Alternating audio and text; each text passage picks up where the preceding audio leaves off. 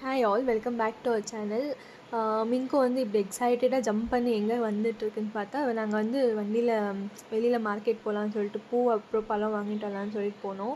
வெளியில் போகணுன்னாலே 2 பசங்களுக்குமே ரொம்ப ஜாலி. அதுவும் டூ வீலரில் போகணுன்னா ஃபஸ்ட்டில் நிற்பாங்க.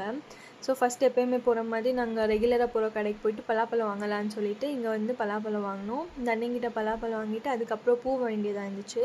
ஸோ நெக்ஸ்ட்டு பூ வாங்க போகலான்னு சொல்லிட்டு கோயில் வழியாக பூ வாங்க போனோம்.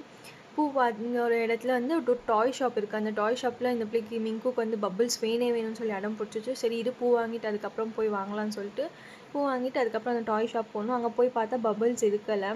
அதுக்கப்புறம் டாக்டர் செட் எடுத்துச்சு. நான் டாக்டர் செட் வேணால் பலூன் எடுன்னு சொல்லி பலூன் காமிச்சிக்கிருந்தேன். ஆனால் டாக்டர் செட் வேணும்னு சொல்லிட்டு மேடம் டாக்டர் செட் எடுத்துகிட்டு வந்துட்டாங்க.